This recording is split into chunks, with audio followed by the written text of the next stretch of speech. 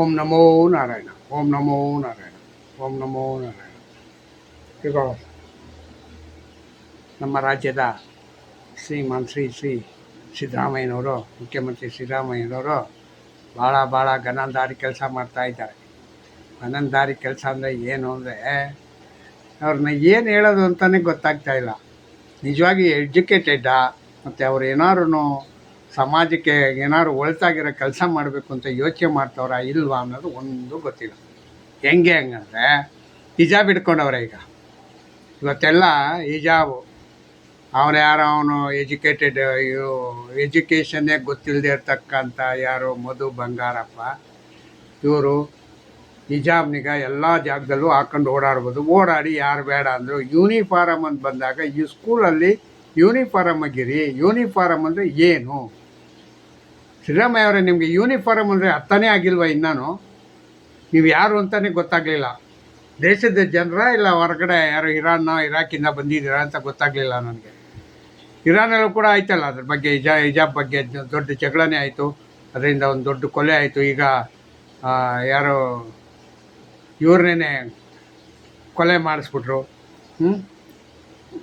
ಅಲ್ಲ, ಹಿಜಾಬಿಂದನೇ ಏನೆಲ್ಲ ನಡೆದಿದೆ ಹೆಂಗಂತ ಎಲ್ಲ ಗೊತ್ತು. ಮತ್ತೆ ಯಾಕ್ರಿ ಅದು ಮುನ್ನೆಲೆಗೆ ತಗೊಂಬಂದಿದ್ದೀರಾ ಈಗ? ಹೈಕೋರ್ಟ್ ಹೇಳಿದೆಯಲ್ವಾ?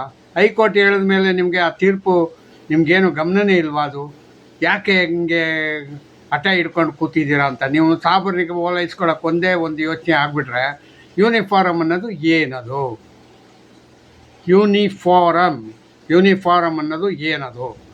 ಅದು ಬೇಕಲ್ವ ಮೇನು ಮುಖ್ಯವಾಗಿ. ಸ್ಕೂಲ್ ಯೂನಿಫಾರಮ್ ಅಂದರೆ ಎಲ್ಲರೂ ಜಾತಿ ಧರ್ಮಗಳ ಭೇದ ಎಲ್ಲ ಮರೆತು ಒಟ್ಟಾಗಿ ಕೂತ್ಕೊಳ್ಳಿಂಗಂತ ತಂದಿದ್ದು ರಾಮಕೃಷ್ಣ ಹೆಗಡೆ ಅವರು.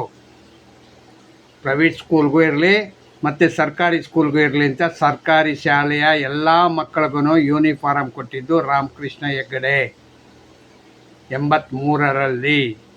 ರಾಮಕೃಷ್ಣ ಹೆಗಡೆ ಕೊಟ್ಟಿರ್ತಕ್ಕಂಥದ್ದನ್ನೆಲ್ಲ ನಾನೇ ಕೊಟ್ಟೆ ಅಂತ ಹೇಳ್ತಾ ಇದೆಯಲ್ಲಪ್ಪ ಸಿದ್ದರಾಮಯ್ಯ. ಇದು ನೀನೇ ಕೊಟ್ಟೇನಪ್ಪ? ಯಾಕೆ ಕೊಟ್ಟರು ಅವರು? ದೇಶ ತುಂಬ ಕೊಟ್ಟರು, ರಾಜ್ಯ ತುಂಬ ಕೊಟ್ಟರು. ಯಾಕೆ ಕೊಟ್ಟರು? ಮಕ್ಕಳು ಕಲರ್ ಬಟ್ಟೆಗಳು ಹಾಕ್ಕೊಂಡು ಹೋದರೆ ಒಬ್ರಿಗೊಬ್ರು ತಾರತಮ್ಯ ಕಾಣುತ್ತೆ, ಮತ್ತು ಜಾತಿವಾರು ವಿಂಗಡಣೆ ಮಾಡ್ದಂಗೆ ಆಗುತ್ತೆ. ಅದಕ್ಕೆ ಬೇಡ, ಎಲ್ಲರಿಗೂ ಒಂದೇ ಥರ ಯೂನಿಫಾರಮ್ ಕೊಡೋಣ ಅಂಥೇಳಿ ಸರ್ಕಾರಿ ಸ್ಕೂಲಿಂದ ಹಿಡಿದು ಪ್ರೈವೇಟ್ ಸ್ಕೂಲ್ವರೆಗೂ ಯೂನಿಫಾರಮ್ನಿಗೆ ಮಾಡೆಲ್ ಮಾಡಿದ್ರು.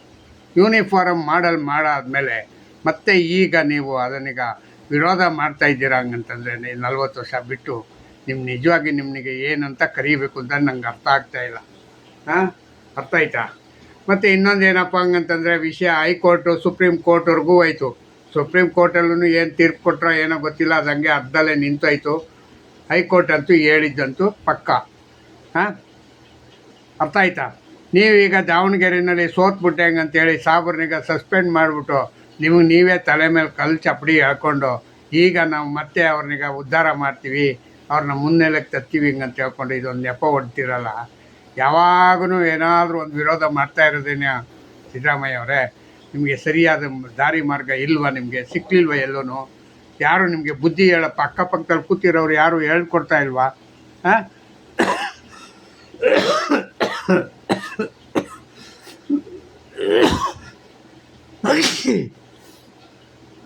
ನಿಮ್ಮ ಪಕ್ಕದಲ್ಲಿರೋ ಸಹಪಾಠಿಗಳು ಯಾರೂ ನಿಮಗೆ ಸರಿಯಾದ ದಾರಿ ಮಾರ್ಗ ಹೇಳ್ತಾ ಇಲ್ವಾ?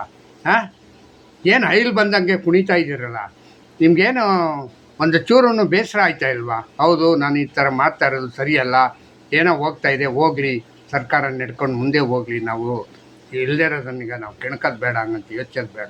ಇದು ಇನ್ನೆಷ್ಟು ದಿನ ಜಗಳನೇ ನಡೀಬೇಕು? ಇನ್ನು ರಾಜ್ಯದ ಬಿ ಜೆ ಪಿಯವರು ಮತ್ತು ಇವರು ಕೋರ್ಟು ಎಲ್ಲ ಮತ್ತೆ ಎಲ್ಲರೂ ಸ್ಟಡಿ ಆಗಿಬಿಡ್ಬೇಕು, ಕೆಲಸ ಆಗಬೇಕು ಅವ್ರಿಗೆ. ಅವ್ರು ಮತ್ತೆ ಇನ್ನೊಂದು ಸತಿ ಹೋಗ್ಬೇಕು. ಎಲ್ಲಿ ಹೋಗ್ತೀರಾ? ಈಗ ಹೈಕೋರ್ಟ್ ಆಯಿತು, ಸುಪ್ರೀಂ ಕೋರ್ಟ್ ಆಯಿತು, ಇನ್ಯಾವ ಕೋರ್ಟ್ಗೆ ಹೋಗ್ತೀರಾ? ಇರಾನ್ ಕೋರ್ಟ್ಗೆ ಹೋಗ್ಬಿಡಿ. ಇರಾನ್ ಕೋರ್ಟು ಭಾಳ ಖಾಲಿ ಬಿದ್ದಿದೆಯಂತೆ. ಯಾಕೆಂತಂದರೆ ಈಗಾಗಲೇ ಯುದ್ಧ ಆಗಿ ಯಾರು ಹೋಗ್ತಾ ಇಲ್ವಂತೆ ಅಲ್ಲಿಗೆ. ಅರ್ಥ ಆಯ್ತಾ? ಆವಾಗ ಇರಾನ್ ಕೋರ್ಟು ನಿಮಗೆ ತೀರ್ಪು ಕೊಟ್ಬಿಡುತ್ತೆ, ಒಂದೇ ಸಾರಿ ಕೊಟ್ಬಿಡ್ತಾರೆ ನೇರವಾಗಿ. ಏನು ವೆಯ್ಟಿಂಗೇ ಇಲ್ಲ. ಅಲ್ಲಿರೋ ಜನ ಎಲ್ಲ ಖುಷಿಯಾಗ್ಬಿಟ್ಟವ್ರೆ ಅವ್ನು ಸತ್ತು. ಯಾರ ಕೆನಿನ ಯಾವನ ಹೇಳ್ದು, ಅವ್ರ ಹೆಸರೇ ಮರ್ತೋಗ್ಬಿಡ್ತು ಹೋಗಷ್ಟು. ಈಗಾಗಲೇ 2 ತಿಂಗಳಿಂದ 2.5 ತಿಂಗಳಿಂದ ಅವ್ರ ಹೆಸರು ಭಾಳ ರಜಿಸ್ತಾ ಇತ್ತು. ಎಲ್ಲ ಪೇಪರಲ್ಲೂ ಪತ್ರಿಕೆಯಲ್ಲೂ. ಈಗ ಅವ್ನು ಸತ್ತೋದ್ಮೇಲೆ ಅವನಿಗೆ ಎಷ್ಟು ಬೇಗ ಮರ್ತುಬಿಟ್ರು ನೋಡಿ ಎಲ್ಲ. ಅರ್ಥ ಆಯ್ತಾ? ಹಾಂ, ಹಂಗೆ ನೀನು ಒಂದಿನ ಹೋಗೋದಕ್ಕೆ ಯಾಕಪ್ಪ ನಿನಗೆ ಈ ಥರ ಅವಿವೇಕಿ ಕೆಲಸಗಳು? ವಿವೇಕ ಕೆಲಸಗಳು ಮಾಡೋಂಗಂದ್ರೆ ಇಲ್ಲ ನಾನು ಅವಿವೇಕ ಕೆಲಸ ಮಾಡೇ ನಾನು ಹೆಸರು ಮಾಡ್ತೀನಿ ಅಂತ ಅಂದ್ಕೊಂಡು ಇದು ಮಾಡ್ತಾಯಿದ್ದೀಯಲ್ಲ, ಸರಿನಾ? ಇನ್ನೊಂದು, ನೀನು ಯಾರು ನಿಮ್ಮ ಸಹಪಾಠಿ ಡಿ ಕೆ ಶಿವಕುಮಾರ್ಗೆ ಎಲ್ಲಿ ಮೂಲೆ ಗುಂಪು ಮಾಡಿಬಿಟ್ಟೆ, ಎಲ್ಲ ನಾಪತ್ತೆ ಆಗ್ಬಿಟ್ಟವ್ರೆ. ನಾಳೆ 15ನೇ ತಾರೀಕು ಬರ್ತಾ ಇದೆ, ಅವ್ರದ್ದು ಬರ್ಡೇ ಇರಬೇಕು. ಬರ್ಡೇ ಕಾರ್ಯಕ್ರಮಕ್ಕೆ ಯಾರೂ ಪಾಪ ಹುಟ್ಟುಹಬ್ಬದ ಶುಭಾಶಯ ಹೇಳೋಕ್ಕೆ ಯಾರೂ ಇಲ್ಲ, ಪತ್ರಕರ್ತರೂ ಇಲ್ಲ. ಏನು ಸದ್ದು ಗದ್ದಲ ಇಲ್ಲದೆ ಹುಟ್ಟಿದ ಹಬ್ಬ ನಡೀತಾ ಇದೆಯಾ ಏನೋ ಗೊತ್ತಿಲ್ಲ. ನಾಳೆ ನೋಡುವ, ನಾಳೆನೇ 15ನೇ ತಾರೀಕು ನೋಡೋಣ ಅವತ್ತಾದ್ರೂ. ಮತ್ತು ಅವರು ಎಲ್ಲೋ ಇನ್ನೊಂದು ಸತಿ ಮುಖ್ಯಮಂತ್ರಿ ಕೇಳಬೇಡ್ದು ಹಂಗೆ ಮಾಡಿಬಿಟ್ರಲ್ಲಪ್ಪ ಸಿದ್ದರಾಮಯ್ಯ ಅವರೇ. ಮುಖ್ಯಮಂತ್ರಿ ಬೇಕು ಅಂತ ಕೇಳೋಂಗೇ ಇಲ್ಲ, ಹಂಗೆ ಮಾಡಿದ್ದೀರ. ಎಲ್ಲಿ ಹೋಗಿ ಎಷ್ಟು ಸತಿ ಹೋದ್ರೀಗ? ಹೋದಾಗೆಲ್ಲ ಅಪ್ಪನಿಗೆ ಗುಮ್ಮಿ ಬಂದುಬಿಟ್ರಾ? ಏನೇನು ಕೊಟ್ರಿ ಕಂಪ್ಲೇಂಟು? ಅವರೇ ವಿರೋಧ ಪಕ್ಷದಲ್ಲಿದ್ದಾರೆ, ಅವರೇ ಬೇರೆ ಪಾರ್ಟಿ ಜೊತೆ ಓಡಾಡ್ಕೊಂಡವ್ರೆ ಹೆಂಗಂತ ಹೇಳಿ ಸುದ್ದಿ ಕೊಟ್ಬಿಟ್ಟು ಬಂದ್ರ? ಆ ಅಪ್ಪನೂ ಐಲು ನಿಮ್ಮ ದೊರೆ, ನಿಮ್ಮ ದೊರೆ ಐಲು ದೊರೆ ಜೊತೆ ನಿಮ್ಮದು ಇನ್ನೇನಿದೆ? ಪ್ರಾಮಾಣಿಕರಿಗೆ ಎಲ್ಲಿದೆ ಕಾಲ? ಪ್ರಾಮಾಣಿಕತೆ ಎನ್ನೋದೇ ಇಲ್ಲ, ಇಷ್ಟು ಮಾತ್ರ ಗೊತ್ತಿದೆ. ಅರ್ಥ ಆಯ್ತಾ? ಮತ್ತು ಇನ್ನೊಂದೇನಪ್ಪ ಅಂದರೆ ವಿಷಯ, ಇವರು ಏನೋ ತಮಿಳ್ನಾಡಲ್ಲಿ ವಿಜಯ್ ಅವರು ಸರ್ಕಾರ ರಚನೆ ಮಾಡಿದ್ರು. ಸರ್ಕಾರ ರಚನೆ ಮಾಡಿ ಫ್ಲೋರು ಇದನ್ನು ಕೂಡ ಮಾಡಿದ್ರು. ಅದರಲ್ಲಿ 144 ಜನ ವೋಟ್ ಹಾಕಿದ್ರು. ಮತ್ತು ಭಾರಿ ಬಹುಮತದಿಂದ ಅವರು ಸರ್ಕಾರನೀಗ ರಚನೆ ಮಾಡಿದ್ದಾರೆ. ಮತ್ತು ಅವರು ಮುಂದೆ ಇನ್ನೊಂದು ಸಾರಿ ಇದನ್ನು ಮಾಡೋಂಗಿಲ್ಲ. ಮತ್ತು ಇನ್ನೊಂದೇನಪ್ಪ ಒಂದು ಒಳ್ಳೆ ಕೆಲಸ ಮಾಡೋರು ಹೆಂಗಂತಂದರೆ 700 ಮದ್ಯ ಅಂಗಡಿಗಳನ್ನೀಗ ಬಂದ್ ಮಾಡಿದ್ದಾರೆ. ಶಾಲಾ ಕಾಲೇಜು ಮತ್ತು ದೇವಸ್ಥಾನಗಳ ಹತ್ತಿರ ಇರ್ತಕ್ಕಂಥ ಎಲ್ಲ ಮದ್ಯದ ಅಂಗಡಿಗಳನ್ನೀಗ ಬಂದ್ ಮಾಡಿದ್ದಾರೆ. ಈಗ ತಮಿಳ್ನಾಡಲ್ಲಿ 700 ಅಂಗಡಿ, ಸುಮಾರು 4,000 ಅಂಗಡಿಗಳಿದೆ ಅಂತೆ ಅವ್ರದ್ದು, ಮಧ್ಯಮ ಅಂಗಡಿಗಳು. ಅದರಲ್ಲಿ ಈಗ ಮೊದಲನೇ ಬೇಸಲ್ಲಿ 700 ಅಂಗಡಿಗಳನ್ನೀಗ ಬಂದ್ ಮಾಡಿದ್ದಾರೆ. ಮತ್ತು ಮುಂದೆ ಕೂಡ ಬಂದಾಗ್ಬೋದು. ಅವ್ರಿಗೆ ಇನ್ಕಮ್ಮೇ ಬೇಡ, ಒಳ್ಳೆ ಕೆಲಸ ಮಾಡಿದ್ರು ಅವರು. ಯಾರು?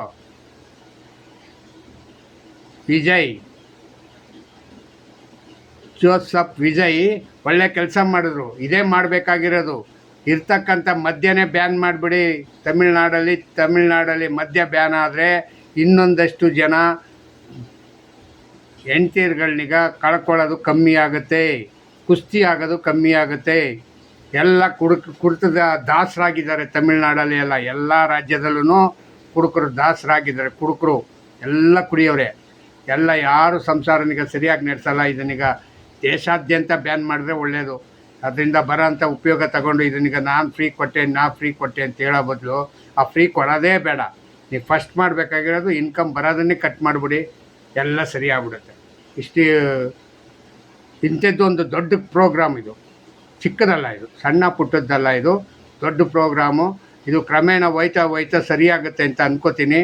ಮತ್ತು ಇನ್ನೊಂದು 700-800 ಬ್ಯಾನ್ ಮಾಡಿದ್ರೆ ಮದ್ಯದ ಅಂಗಡಿಗಳನ್ನೀಗ ಇನ್ನೊಂದಷ್ಟು ಸರ್ಕಾರಕ್ಕೆ ಕೋತ ಆಗ್ಬೋದು. ಆದರೆ ವ್ಯಾಪಾರ ಅಷ್ಟೇ ಇರ್ತದೆ, ವ್ಯಾಪಾರದಲ್ಲಿ ಸ್ವಲ್ಪ ವ್ಯತ್ಯಾಸ ಅಷ್ಟೇ. ಒಂದು 10,000 ಕೋಟಿ 15,000 ಕೋಟಿ ಐತಿ ಜಾಕ ಒಂದು 2,000 ಕೋಟಿನ 3,000 ಕೋಟಿನ ಕಮ್ಮಿ ಆಗ್ಬೋದು. ಯಾಕೆಂಗಂದರೆ ಬರೀ 700 ಅಂಗಡಿಗಳಲ್ವ, ಅದರಿಂದ ಅಂಥದ್ದೇನೂ ತೊಂದರೆ ಆಗಲ್ಲ. ಆದರೆ ನೀವು ಮಾಡಿರ್ತಕ್ಕಂಥ ಕಾರ್ಯಕ್ರಮ ತುಂಬ ಒಳ್ಳೆಯದಾಗಿದೆ. ಇದನ್ನೀಗ ಮುಂದುವರಿಸಿ ಕಂಟಿನ್ಯೂ ಮಾಡಿ ಅಂತ ಹೇಳ್ತಾ ನಾನು ನನ್ನ ಮನವಿನೀಗ ಮಾಡ್ತೀನಿ ನಿಮಗೆ. ವಿಜಯ್ ಅವರೇ, ನಿಮ್ಮ ಮಾಡಿದಂಥ ಕಾರ್ಯಕ್ರಮಕ್ಕೆ ನಾನು ಹ್ಯಾಂಡ್ಸ್ ಅಪ್, ಥ್ಯಾಂಕ್ ಯು, ಕೈ ಮುಗಿದು ಕೇಳ್ತೀನಿ. ಮತ್ತು ನಾನು ಇನ್ನೊಂದು ಏನಪ್ಪ ಹೇಳಕ್ಕೆ ಬರ್ತೀನಿ ಅಂತಂದರೆ, ನನ್ನ ವೀಡಿಯೋನೀಗ ಯಾರ್ಯಾರು ನೋಡ್ತಾ ಇದ್ದೀರೋ ನೀವೆಲ್ಲ ಏನು ಮಾಡಿ ಇದನ್ನೀಗ ಶೇರ್ ಮಾಡಬೇಕು. ಮುಂದೆ ಹೋಗೋಕ್ಕೆ ಸಬ್ಸ್ಕ್ರೈಬ್ ಮಾಡ್ಕೊಳ್ಳಿ, ಮುಂದೆ ಹೋಗೋದಕ್ಕೆ ಅನುವು ಮಾಡಿಕೊಡಿ ಅಂತ ಹೇಳ್ತಾ, ಜೈ ಹಿಂದ್, ಜೈ ಕರ್ನಾಟಕ ಮಾತೆ. ಓಂ ನಮೋ ನಾರಾಯಣ, ಓಂ ನಮೋ ನಾರಾಯಣ